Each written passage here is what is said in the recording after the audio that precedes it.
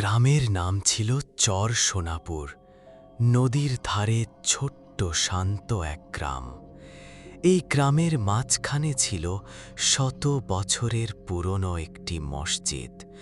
লোকেরা একে ডাকত নিশ্চুপ মসজিদ। কারণ ছিল অদ্ভুত। মসজিদে আজান হতো ঠিকই, 5 ওয়াক্ত নামাজও হতো, কিন্তু রাত গভীর হলে, বিশেষ করে এশার পর, মসজিদের ভেতর থেকে এমন কিছু শব্দ শোনা যেত যা কোনো মানুষের নয়।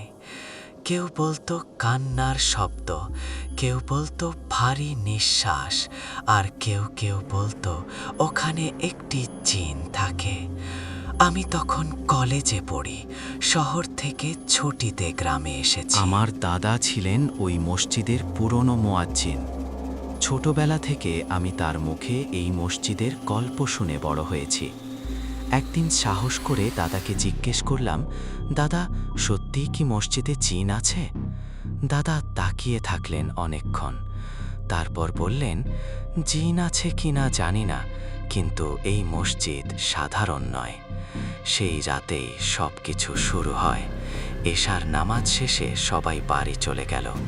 আমি আর দাদা দাদা বললেন, তিনি আজ নাকি একটু বেশি ইবাদত করবেন। রাত প্রায় 12টা। হঠাৎ করে মসজিদের ভেতর ঠান্ডা বাতাস বইতে শুরু করল, অথচ সব দরজা জানালা বন্ধ। আমি কাঁপতে কাঁপতে বললাম, দাদা, ঠান্ডা লাগছে। দাদা কিছু বললেন না, শুধু কোরআন পড়তে লাগলেন।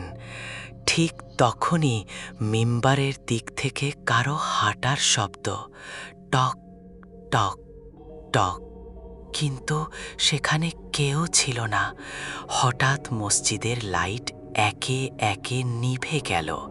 শুধু মেহরাবের সামনে একটা হালকা সবুজ আলো জ্বলছিল। ধীরে স্পষ্ট হয়ে উঠল। সেই আলো থেকে একটি ছায়া ধীরে ধীরে স্পষ্ট হয়ে উঠল। মানুষের মতো গড়ন, কিন্তু চোখ ছিল আগুনের মতো লাল। আমি ভয়ে কথা হারিয়ে ফেললাম, কিন্তু দাদা শান্ত কণ্ঠে বললেন, আসসালামু আলাইকুম। ছায়াটি থমকে গেল, তারপর ভারী কণ্ঠে বলল, ওয়ালাইকুম আসসালাম। বহু বছর পর কেউ আমাকে এইভাবে সালাম দিল। আমি বুঝে গেলাম এটা মানুষ নয়। জিনটি ধীরে ধীরে সামনে এগিয়ে এলো। তার কণ্ঠে কোনো রাগ ছিল না, বরং ছিল গভীর ক্লান্তি। সে বলল, আমি এই মসজিদের রক্ষক। আমি অবাক হয়ে দাদার দিকে তাকালাম। দাদা বললেন, তুমি কি সেই জিন যে শত বছর ধরে এখানে বন্দী? হ্যাঁ, মানুষ আমাকে ভয় পায়, কিন্তু কেউ জানে না কেন আমি এখানে। জিনটি আমাদের তার গল্প শোনাতে লাগলো। বহু বছর আগে এই জায়গায় কোনো মসজিদ ছিল না, ছিল গভীর জঙ্গল। সেখানে সেও তার পরিবার বাস করত। পরে মানুষ এসে এখানে মসজিদ বানায়। সব জিন পালিয়ে গেলেও সে চায়নি, কারণ সে ছিল আল্লাহ ভীরু।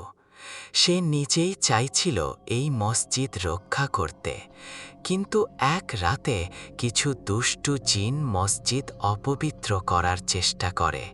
সে বাধা দেয়। তখন এক পীর তাকে দোয়া করে এই মসজিদেই বেঁধে ফেলেন রক্ষক হিসাবে, কিন্তু সেই দোয়া ছিল অসম্পূর্ণ। সে মুক্তি পায়নি। জিনটি বলল, আমি কাউকে ক্ষতি করি না, শুধু চাই এই ঘর পবিত্র থাকুক। আমি তখন সাহস করে জিজ্ঞেস করলাম, তখন মানুষ কেন ভয় পায়? সে ম্লান হাসল, মানুষ অজানাকে ভয় পায়। হঠাৎ বাইরে কুকুরের ডাক শোনা গেল, দূরে মেঘ গর্জন করল। জিনটি পিছনে সরে যেতে লাগল। সে বলল, ফজরের আগে আমাকে চলে যেতে হয়। দাদাও উঠে দাঁড়ালেন। তোমার কোনো উপায় আছে? জিনটি বলল, যদি কেউ একনিষ্ঠভাবে 40 রাত এখানে তাহাজ্জুদ পড়ে আমার জন্য দোয়া করে, তাহলে হয়তো আল্লাহ আমাকে মুক্ত করবেন। তার কণ্ঠ ভেঙে গেল। এই কথা বলে সে ধীরে ধীরে আলোয় মিলিয়ে গেল। পরের 40 রাত দাদা একা একা মসজিদে তাহাজ্জুদ পড়লেন। আমি অনেক রাতে পাহারা দিতাম। 40তম রাতে ফজরের আজানের আগে মসজিদ কেঁপে উঠল।